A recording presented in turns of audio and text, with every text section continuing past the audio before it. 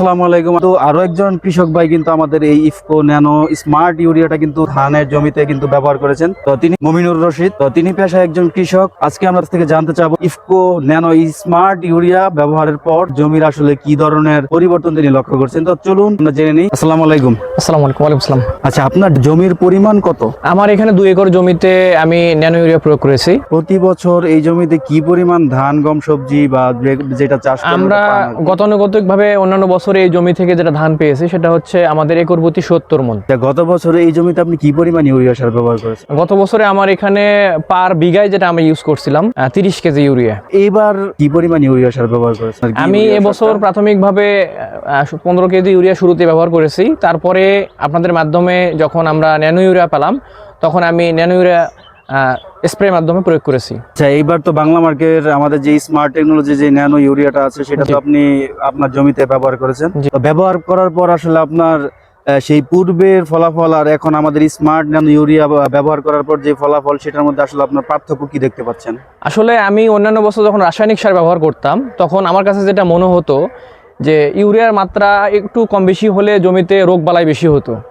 তো এবছর আমরা ন্যানো ইউরিয়া প্রয়োগ করার ফলে আমার জমিতে রোগবালাই নাই বললেই চলে, কোনো পোকামাকড় আক্রমণ নাই এবং জমির প্রতিটি শীষ কিন্তু আমার সমমাপের হয়েছে।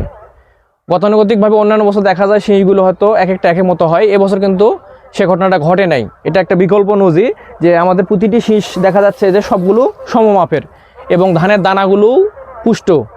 আর ইউরিয়া প্রয়োগ করলে যেটা হয় সেটা হচ্ছে যে জমিতে অল্প সময় পরেই ইউরিয়ার যে একটা স্বল্পতা সেটা দেখা যায়, কিন্তু ন্যানো ইউরিয়া প্রয়োগ করার ফলে আমরা যেটা পাচ্ছি সেটা হচ্ছে আমার জমিতে লং টাইম ইউরিয়াটা ধারণ ক্ষমতা ধরে রাখতেছে। তো আপনি যে এই ভালো একটা ফলাফল পেয়েছেন স্মার্ট ন্যানো ইউরিয়া ব্যবহারের ফলে, তো এটার সম্পর্কে আসলে আপনার প্রতিক্রিয়াটা কি? আমার প্রতিক্রিয়া হচ্ছে যে আসলে আমরা যেভাবে রাসায়নিক সারের প্রতি ঝুঁকে পড়ছিলাম সেখান থেকে হয়তো আমরা বের হয়ে এসে স্মার্ট প্রযুক্তিতে স্মার্ট ন্যানো ইউরিয়া ব্যবহার করে আগামীতে দেশের ইউরিয়ার ঘাটতি যেমন পূরণ করতে পারবো তেমনি আমরা ফসল হয়তো লাভবান হব। স্মার্ট ন্যানো ইউরিয়া ব্যবহার কি আপনার কাছে সুবিধাজনক মনে হয়েছে? আমার কাছে খুবই সুবিধাজনক মনে হয়েছে, কারণ আমি আমার যে জমিগুলোতে প্রয়োগ করেছি সেগুলোর ফলাফল অন্য জমির তুলনায় অনেক বেশি। আপনি কি আগামীতে ন্যানো ইউরিয়া কি ব্যবহার করবেন? অবশ্যই আমি ন্যানো ইউরিয়া ব্যবহার করব, কারণ আমি আমার জমিতে ন্যানো ইউরিয়া প্রয়োগ করে ফলাফল পাচ্ছি, তাহলে ফলাফল যেহেতু আমি পাবো সেক্ষেত্রে আমি ইউজ করব না কেন। জি, তো আমাদের কোম্পানি সম্পর্কে আসলে আপনার কি বলার আছে? আসলে বাংলাদেশ বর্তমানে প্রযুক্তি নির্ভর দেশ হয়ে গেছে বিশ্বের অন্যান্য দেশের মতোই।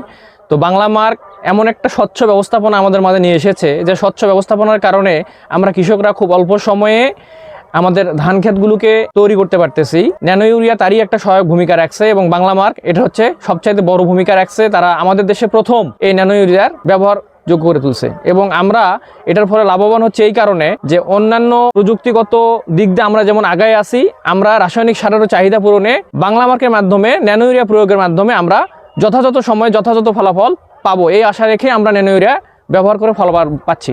তো ধন্যবাদ মমিনুর রশিদ ভাই আমাদের সাথে এতক্ষণ সময় দেওয়ার জন্য। বাংলা মার্ক।